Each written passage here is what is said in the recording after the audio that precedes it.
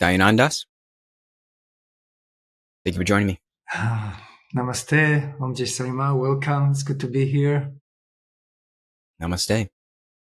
So, first of all, would you be able to give us a little bit about who you are and what you do exactly? Two great questions. Yes, well, I'll start with my name is Dayanand Das, or Acharya Dayanand Das. I'm a monk, a brahmachari, an Emma Mandaleshwar. In spiritual tradition, my guru, my spiritual master, her name is Her Holiness Saima, and I, a part of the lineage of the Vishnu Swami lineage, come from the tradition in India, from the yogic tradition, if you can say. From that is my name, from that is the clothes, and also the big beard. I wasn't born with it. As a part of the part, when I become a monk, there is an initiation, receive a spiritual name. And in my path, I don't cut my hair, so there's long hair and a big beard. And then over the years, the name come with my role that I play as a teacher. That's where Acharya, etc. So that's a little bit of who I am. I'm in the path for about 30 years with Her Holiness Sama for about 22, 23 years. A spiritual practitioner, a monk, living in ashrams and spiritual monasteries for many, many years. And my role is a teacher. So I go around, I teach all over the world. I teach in Saima's organization and work, and I have my own website, my own students all over the world under Shakti Kriya. So it's a little bit of where I come from, and a lot of practice, a lot of years. I'm devoted to the practice. I love sadhana, which means spiritual practice. As a yogi, yogi is not just someone that does hatha yoga. And the big sense of yogi means you are a disciple of the spiritual practice. And there's many ways, many forms, many traditions. So I dedicated my life to that. I love it. And I love sharing it with others and being a mentor for others in the spiritual path. Beautiful. For 30 years, that's very impressive. Yes, I've been, I was born in Australia, but raised in Israel, and being in an environment which is not easy there and challenging, a lot of challenges, a lot of wars. And actually, my brother died as a soldier also.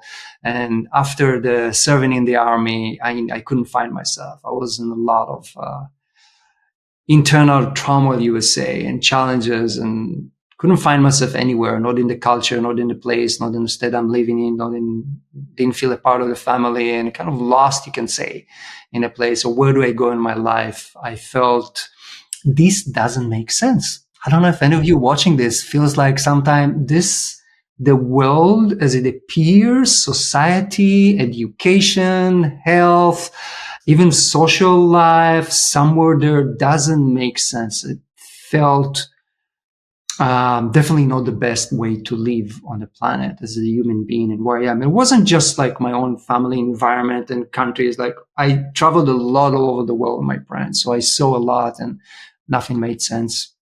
And also my personal life. So with all that, I went to India, to Thailand, travel to the islands. I loved trance parties. And inside of that, somehow, a friend of mine got me, he was into martial arts. So he got me into Tai Chi. I don't know if you know, Tai Chi is a martial art, very internal martial art, very meditative. It's all about the inner energy, the life force. And I wasn't into that, but he took me there. I just wanted to get the shoes that they sell. They're like awesome ninja shoes that I want to have paints on them so I can dance with them in the parties. And he took me and somehow was like convinced me to take a class. And I was like, okay, whatever. I'm not into this spiritual bullshit and all that. I had no idea about it. Went to the class, and I think 2, 3, 4 classes start feeling energy flowing in my body. And I never knew about energies and chakras and yoga, any of that. I wasn't into these things. After a week, I can't think people refer to it as an awakening. Meaning I woke up to something greater than I knew about myself and the world. And it was in the form of light and energy and internal flow of energy and about seeing energy. And I didn't take drugs at that moment or anything. It was a total spiritual awakening experience, and it changed my life.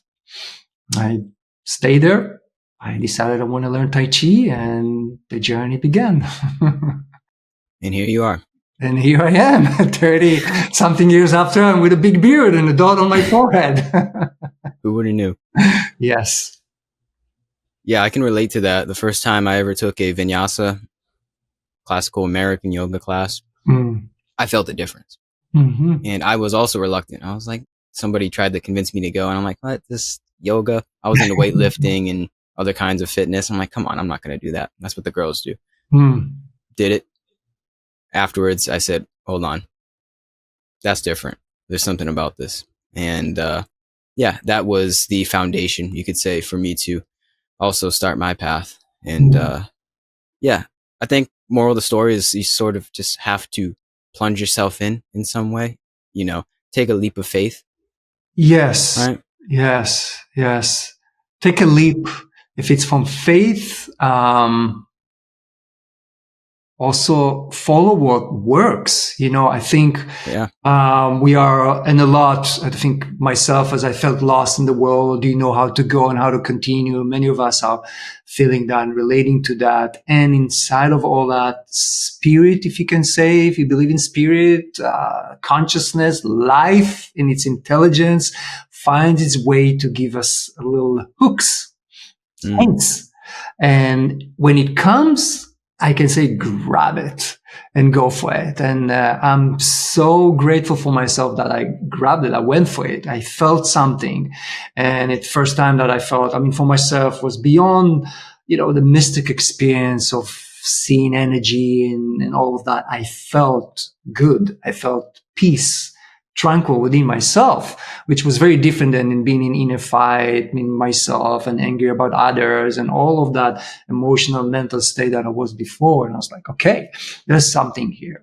If there's something here, I go for it. And in my experience, going for it fully, giving myself, dedicating, including to the practice, then results comes.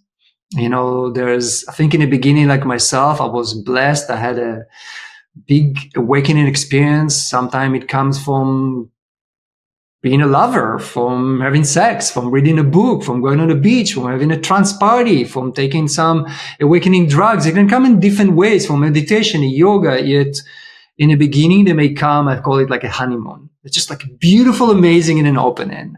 And it gets us hooked if we go through it. After that, it needs some work on our behalf.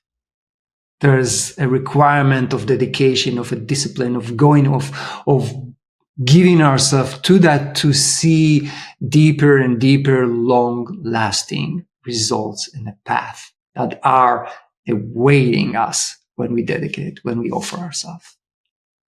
Very well said. Now, is that what your path of, I apologize, I forget what it is. Can you say it again? The lineage that you're in? I'm in the lineage of Saima, and it's a yogic lineage. Is that what our path teaching? Yes.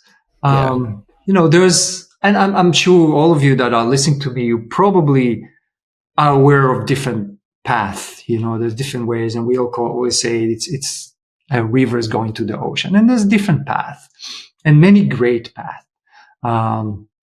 Unique and different. And I think it's what we resonate. And I believe it's on a soul level. There's something in who we are as a soul, meaning the energy that's been incarnated in many, many times carries a certain flavor to it, a certain taste, a certain ray that attracts to something and according to where we are. In my path, it's very esoteric. The teaching that Saima teaches is about energy. Look at things from an energy perspective. Okay, it puts aside not too much knowledge. You don't need too much philosophy, and there's not a lot of rules and regulation like religious sometimes offer us. You know, the answer rather than a way to look at the world, to understand it, to understand ourselves, and then how does it work? Then what do you want to do with it? If I'm giving you, okay, you want to go learn tennis, play tennis. You need to know the rules. You need to know you have a bat, you have a ball. This, if you do that, it goes up. If you do that, it'll go down. Do you know what to do that will affect your energy feeling high or low? How to make yourself feel happy or sad? How to affect being ecstatic and blissful? How to be fulfilled? This is a bundle of energy. We are an energy system. We are a system. A human being is a system. A very specific system being created. Like you go into the computer, there's a certain app, correct? To create certain results. There's a certain formula and an operation system. You need to know how, like we worked with the mic before. I need to know where to go to the mic, where to press it, how to go up, how to go down. If I don't know to do that, I'm lost. So this path is teaching us, giving us the keys to work with this human being existence, with its system. And when we learn that, we become the masters of that system. Because I will claim, I do not see myself a full master of this system yet. A lot of mastery I gained over here and reached beyond growing a big beard, yeah? Which is a great mastery. I mean, it just came. It's not just came. I didn't count it. So the big beard is a mastery and all that, maybe the brand and all that. There's a mastery about the emotions, about the thoughts, about who I am, where I am. There's a path to learn internal mastery. And the first key in that is love. The most simple, the most basic, the most profound. I was on the path since my awakening. I felt deep love and within myself. But then it went down, it changed. I lost my grasp on it. And then I studied, I learned, I practiced. And it was, for many, many years, I practiced. It was only when I met my spiritual master, Her Holiness Saima. When I met her, I experienced that love from a human being. That unconditional, people say, love for the sake of loving. A place like fully, I was naked as I am, free. It is okay, accepted and loved. Okay? If I put it into words. And I was like, I want to become that.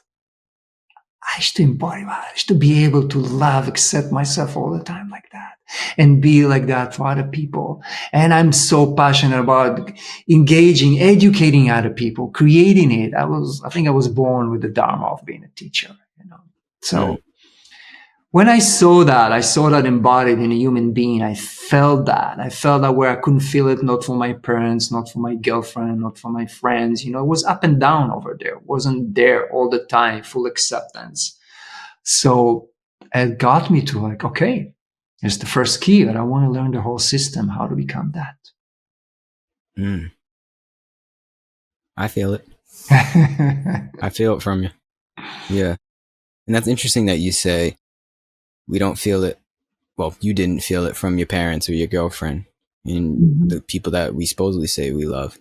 And it's until we come across somebody that truly unconditionally loves that we know what's possible. And 100%. I think it's like we work under seeing is believing type of thing. And we don't believe what's possible until we're just engrossed in somebody that is truly extremely loving, to put it simply. And so let me ask you that one. Would you say that is maybe like the most efficient way to program ourselves, to program the system, is to just simply surround yourself with loving beings? Find the others? Perhaps.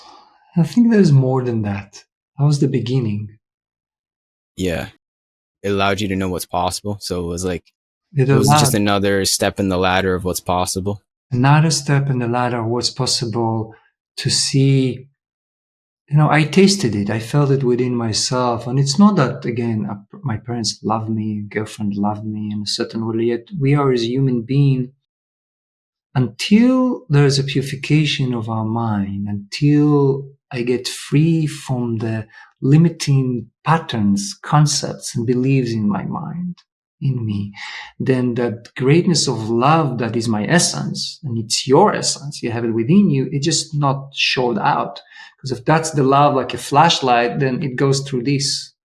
And these are the shadows, we can say. This is like, I'm not worthy. The world is so hard for me. I mean, my parents were coming from like, any moment someone can kill me. It is not possible. My mother came from a lineage of women were not allowed to be free and just know that they're amazing.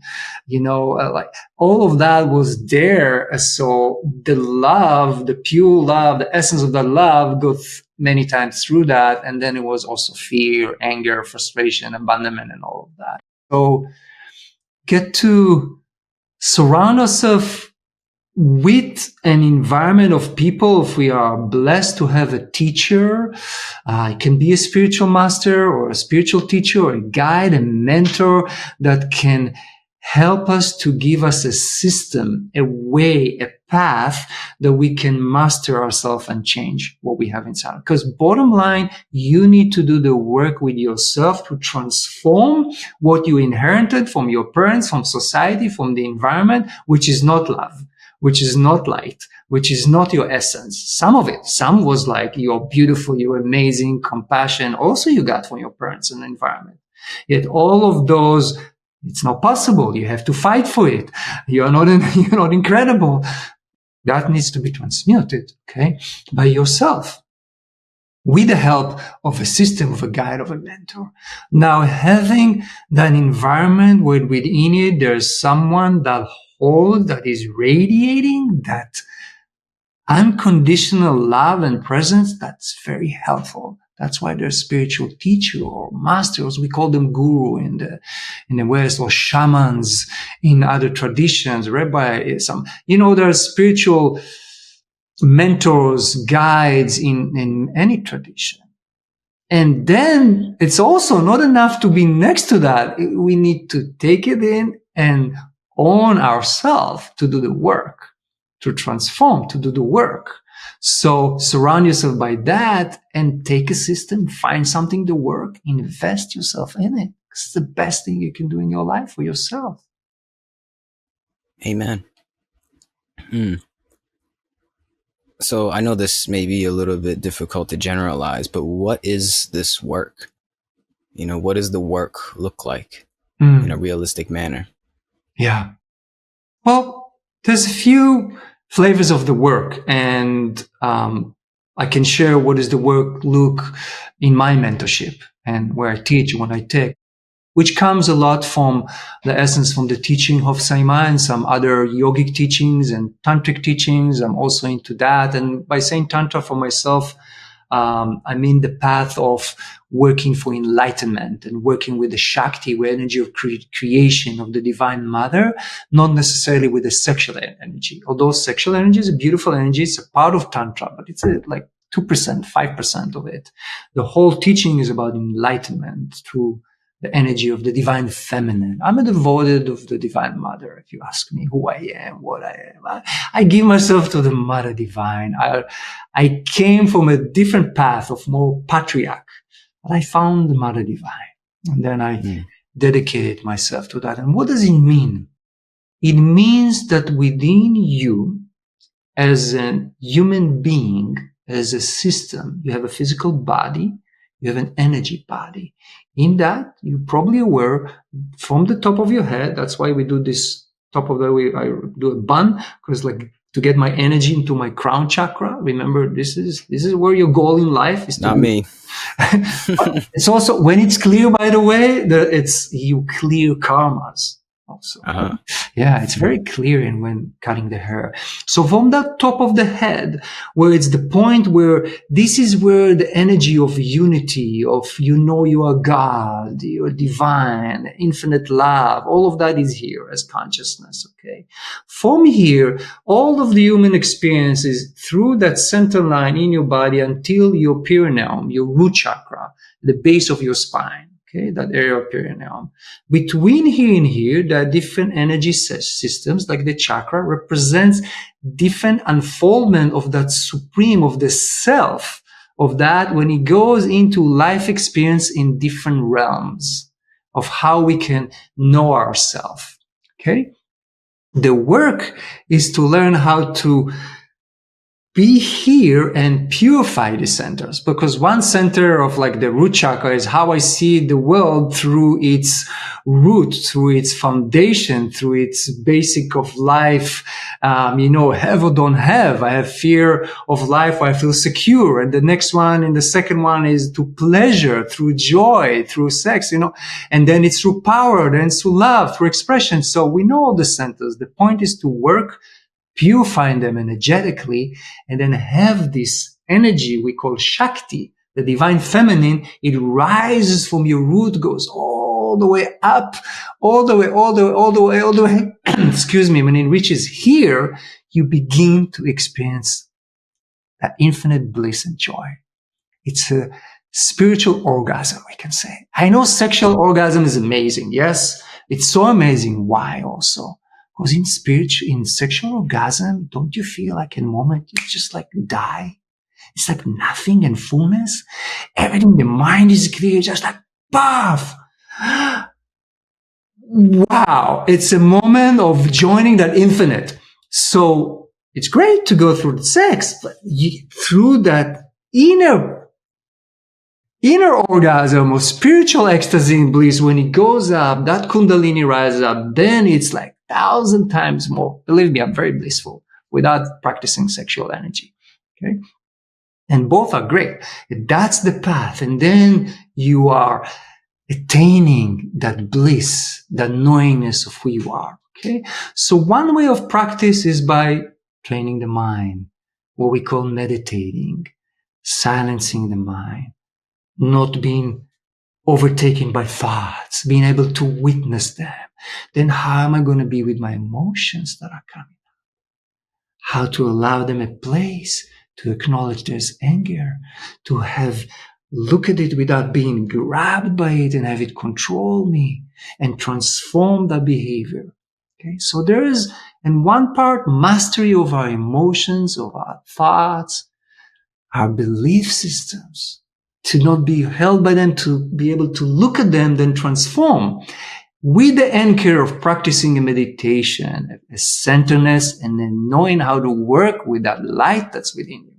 Okay. The uniqueness of our path is that you are taught how to breathe light, essence of who you are, how to breathe love, how to bring it into your field, how to serve, to create that strength within you that you can be joyous and free outside. Okay. And that's also very simple. Like right now, if you take your awareness for a moment, just to the top of your head. Okay, it's okay that I guide a short experience? Yeah. Great. So let's say just right now, wherever you are, and you can be straight with your back, or if not, that's also okay. Take a breath and bring your awareness over here. Okay, just bring your awareness over here. You may touch it, or by you close your eyes, you think about it. Now be aware how you breathe through your nose in and out. Yes. Inhale and exhale through your nose. Air is coming out. You can feel the air coming in, the air coming out. Now bring your awareness into the top of your head. Imagine like you are breathing air through your nose, you are breathing energy through the top of your head. You inhale, there's light from above you into the top of your head. Exhale, energy going up through the top of your head. Like your top of the head becomes a fountain. Way above you, there's a sun, bright sun.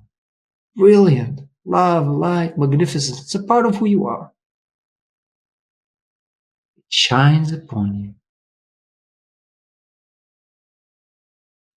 And your awareness at the top of your head is welcoming that light as you breathe. into your body, to your energy.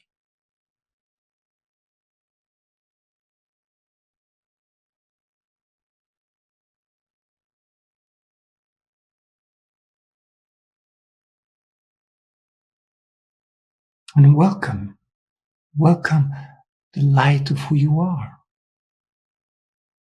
You may welcome it into your heart, into your chest.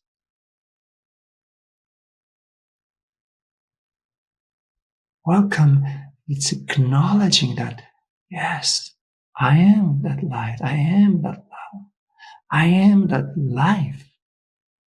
I welcome.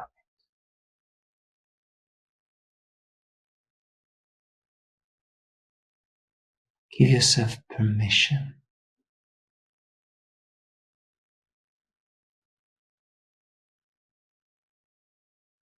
to experience, to know, to be magnificent being that you are.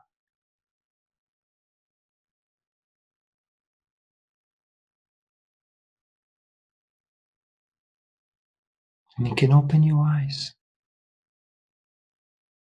and you can look and be and experience. Is there any difference? From a minute ago, it took 2 minutes. Using your breath, using your imagination, through taking advantage of this system. Knowing that you're beyond this body. There's energies, we call it the tube of light. You are a being of light in so many dimensions. We tapped into it right now. I definitely feel the difference. You know what's interesting too is because we started this whole thing on what's the work. It's no work. It's just simply slowing down and noticing, breathing. It's not work at all. We overcomplicate the process. We do, as human beings. It's not work in the sense there's no need to have effort. No. You took some actions now. You've been conscious of your breath. There wasn't an effort. You've been in ease. That's where love is so important. That puts, I would say, relax. There's so much stress on us as human beings now. Mostly because of, I think, a little bit distorted society, if I can say, with the pressure that we put on ourselves. So when you relax now, correct for you now, it's not a work, it's not an effort, it's natural. Yet you set yourself an intention there. You followed a certain direction. If we'll just be and not give direction to ourselves, we may get lost in, I don't know, different ways of the world. It may not take us to feel love and light and being liberated to shine where we are to shine on this world, correct? There's some action there. Some action. Effortless action. Yes, action that's not with effort, not with I have to do, because many times we say we're human beings, not human doers. So we go into like, I have to do, or I have to fix myself, I have to change, this is wrong. And then it's with effort. And it's like going against the current. It's going against the current. So that's how I said the key is so important. And you ask me, what is your work? What is your system? In that there's so much emphasis about it's okay and being and acknowledging what is, allowing through that love and acknowledgement and transformation to happen rather than trying to, work hard for it. And there's disciplines of action, of breath, of practices that we have to follow up. And repeat. If you choose to change yourself from being angry, okay? Let's say there's a lot of anger in life coming. Let's be real. It's just anger coming. Yes, it starts with being aware, like you said. Be aware. Where is the anger? Where it's coming? What triggers it? How it shows up? But when we're being aware, it takes a discipline, a conscious place to like, okay, I'm not going there, correct? Like I'm now going to be aware of that again. I'm like taking myself back. That takes repetition. It doesn't happen in one day to do that. Again and again and again and again. So there's a dedication, repetition of the work, then you create something different of yourself.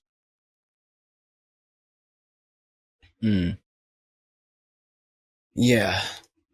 But again, as we said in the beginning, once you do it once, a few times, and you feel the difference, there's no going back. Personally speaking, at least. Yes. Yeah. Once you see it, you can't unsee it.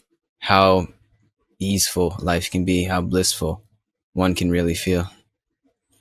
Correct. And yes, it's not work to do this stuff. It's actually like, I don't know, there's incentive in it, right? There's a lot of incentive in sort of ritualizing your life in that way, creating your life around these practices. And I don't see any other way to bliss and happiness, peace, Satchitananda, honestly. We try to grasp at the outside world so much, right, to bring us this Satchitananda, but never works. Would you say, let me ask you this on that note, actually, would you say that is in one way or the other what gets us on the path is a sort of exhaustion of the grasping at the outside world, an exhaustion of the suffering that it causes, and then that gets us to look within? Usually, it's common that we have mistakenly, I would say, educated to go outside of ourselves for that bliss. Because we're born as love, as babies, we're just like fat, no teeth, chubby, whatever. We just love. Everybody loves us also because we're amazing. We're just a bundle of love. We forget as we grow, we take on us all these energies, and there's a forgetfulness of the essence of who we are and taking on that energy. So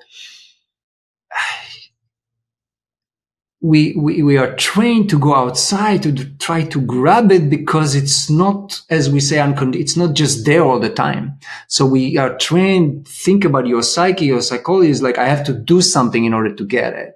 And there's starting the effort of going outside of ourselves, which is a part of the ego work, like I need to go out to get it. And we try, and we fail again and again.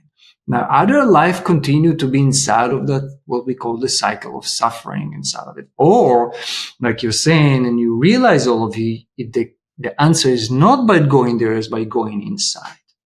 Okay? Because we need to take our energy back to ourselves. Okay? And then when we go inside, we begin, and more, we touch that. When we touch that, we know how to nourish that. Okay? And a lot of time it comes from suffering, from trying a lot of things and having heartbreak, challenges, diseases. What made me go there was my heart was totally broken, and I felt the dramas of my life. And then, wow, there's something, peace somewhere. So I want to get that medicine. We come from medicine. In the ancient days, the natives are saying medicine is a spiritual thing. The medicine you come for, to go to find it within through the help of your environment. So that suffering, as a sense, is not a bad thing. It many times directs us to find the medicine, find the healing, see where your heart is calling you, like where can you heal? Find truth within yourself. And it's okay. Then, okay, also the suffering, the pain, or whatever, being the person that I feel that hurt me, eventually all of those situations are in order to direct us to go somewhere. If you would agree for a moment that there is an intelligence within you that we refer in my school as a soul, that is within, meaning that energy of who you are, that aspect of who you are, doesn't forget the truthfulness that you are light and love. The personality we forget. Okay? There's a forgetfulness. So that energy within you, what do you think would it desire for you? Would it not to be healed? To remember? To love? So remember, know that there's a program inside of you, an energy of who you are as soul. Then it will do everything to orchestrate a life for you, situation, things, so you will learn.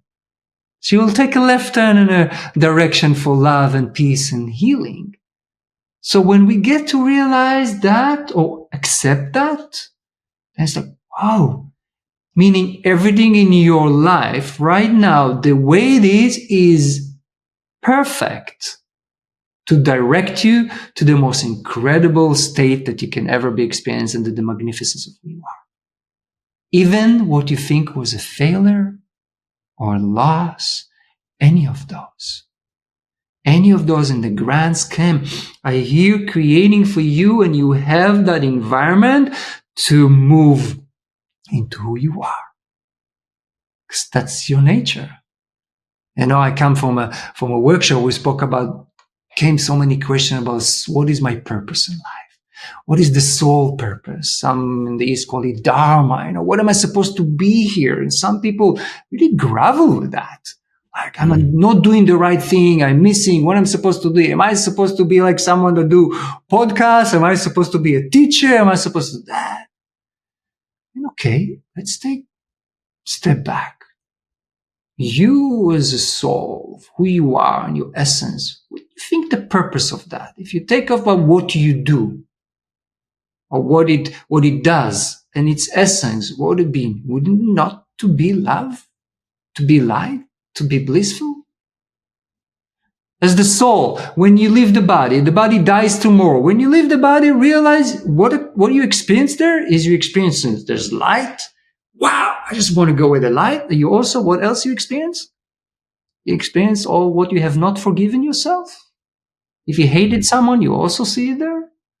If you felt I am unworthy, it's there. It's an energy. It's an energy in your field. The body dies. The energy field doesn't die. Energy doesn't die. Just can transform its vibration. Okay. So the soul, you as a soul, in the moment of that we call death, seeing that, you say, I just want to love. I want to say to myself, I love myself. I want to go to that person. I forgive you. Come on. It's bullshit. Just like, I love you. Oh, I did a mistake. Don't worry about it.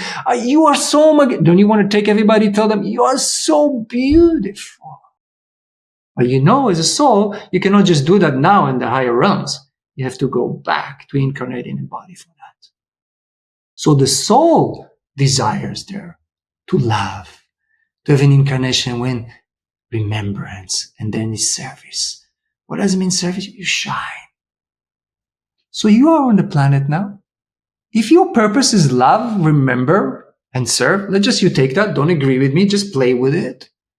Then means whatever you do, if you choose to be a householder, a wife, a husband, beautiful, love your wife as God, as divine, transform yourself through that. Your child is through that. Be that loving being, experience that through it. Then you are fulfilling your soul purpose. Perhaps also then you say, okay, through that serve, every action in alignment with love and light is a service. You can have a more direct calling, a mission of being a teacher, being a farmer, being an artist, meaning these parts of your life of expression are resonating with you. They bring you to alignment with source. If you try to make of me someone who works in the office 5 to 9 and just do logistics, it will be very hard to be in alignment. It just doesn't work. So yes, find that place in life we call Dharma, how to live, that is aligned with you as your expression of your soul. And remember who you are inside of that. Yeah. Well spoken. Then the whole world, imagine all of us are aligning ourselves to navigate to what calls us, what inspires us in our heart. And we support each other to do that. And we follow the principle that who I am in that place is the most important thing. How will the world look like? Sounds like heaven. And you don't need so many people, so many therapists, so many channels to tell you what's your dharma, what's your purpose. What you find it inside of you. Tune yourself in every moment. Yes. Love leads the way. Have you become speechless a little bit with me, my friend? A little bit. I like sitting back and listening to you. Yes. That's kind of my job, though.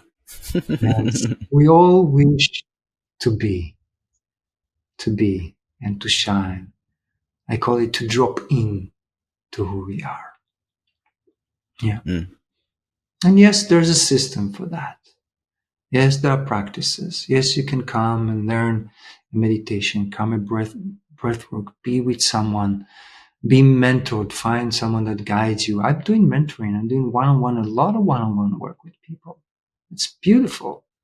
I have mentors myself to help me in the path, to guide me, to learn us. We guide each other. So I would say, don't waste your incarnation. This life is so precious. You are the ones that are listening to us now, this generation, this young generation. So precious. Born with a consciousness way higher than what I was born in. Okay. So much gift. And you need to invest in that. Don't give it up. Saying yes. Regardless of what you see around you in the world right now, it will change. It doesn't look like that right now. There's chaos. There's, I don't know who's in control, who's controlling and who's in power. That will change. Everything will change. It's the laws of life. Everything evolves. The faith in that, in your part inside of that. We call it the grand design, huh? There's a part. And that part needs to be brave sometimes. And sometimes brave is speaking your truth, what you know to be, is to follow your inspiration, to paint, to create, to love something. That's brave. Brave is like, regardless of whatever you're seeing around you, you follow this call inside and you'll search for it. You'll go into it. You'll work with it. Okay, I'm going to manifest it. Yes, my mind, I'm going to work with that to happen. That's brave. Yeah. It's brave because there may be some part of you that says this isn't the way, the ego mind. Yes. And you sort of have to work against that. You work with the flow, you work with the Tao, but you work against the world, we could say. Yes. And that is why it's brave and courageous. Correct. A lot in the world will say you cannot do it. It's not happening. And your own mind will say it. The doubts, you could call it the ego. What does it mean? The ego, that energy inside of that is based on fear and survival, we can say. Okay.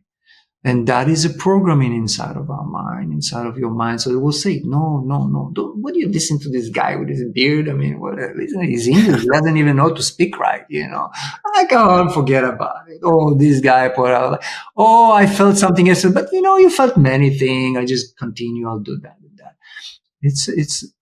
It's a doubt. It's a fear. It's survival. It's a strong energy. It's got a strong grasp on the human mind, on society, on the planet, on everything around. It's okay.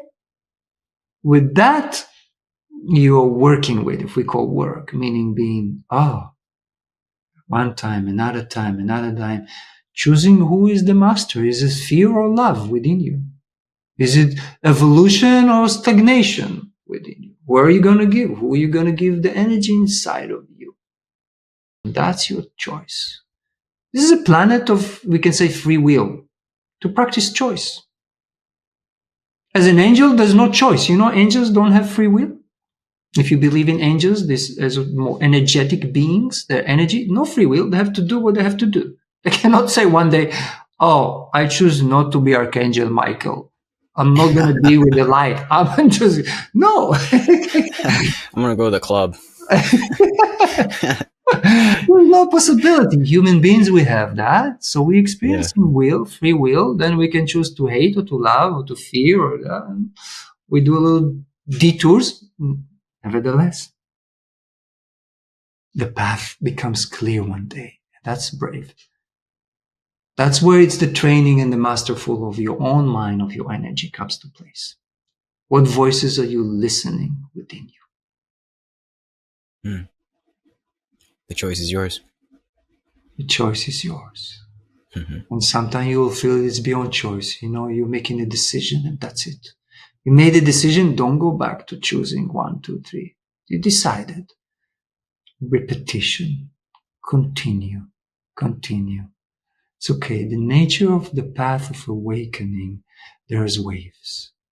It feels like you did some work and, oh, it caught me again. And, oh, there's again doubts. Again, I'm feeling stress. Again, there's depression. It's okay. The nature of that, there will be another way to climb up and then another wave until somewhere there in the development becomes more stable like that. Because there's layers for energy. It's like an onion. Let's say this is depression. So we do some work, we evolve, and we clear one layer of that. We feel good and center, and the mind is clear. Then comes a deeper layer inside there, that energy, after some time, and it pops up. Then we meet that, and we can do more work and clear that. Okay, same like with anger or like feeling I'm unworthy. Oh, I feel like I don't feel it anymore in my life.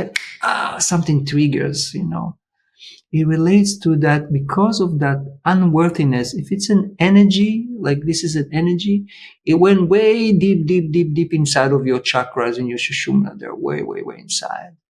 And it turns and whoop, it pops up at one point. Okay, so we do work with it, it's clear, but then whoop, it will go from another level up until it's unrooted fully. Don't give up. Know that it's okay. More than all, not to be hard of ourselves. How much is the soul is compassionate for you? Sometimes we get hard on ourselves. I didn't succeed. How did I end being angry again? Why do I feel like that? That's the old ways of the mind. Perhaps it's okay. Done a mistake. Continue again. I'm evolving. I'm transmuting. That's the compassion of Mother Divine, we call it. The motherhood inside of that. So I said I decided to give my life to that aspects of the divine feminine. Masculine is also very important. Yet on the planet of humanity, patriarch become too much, unbalanced. That more like black and white, logic way, good or bad, some way of like strength. So we learn to be more loving and compassionate, the feminine aspects of things. It's time for that. Mm. And then time for women. Step into who you are. You're great leaders for this planet. You carry the wisdom. The womb is inside of you.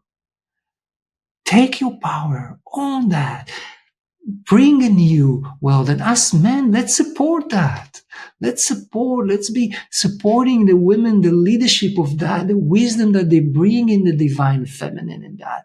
That's a great place for men now to embrace that divine feminine. Be great planet. This planet is feminine. Mother Earth, we say, correct? Gaia is feminine.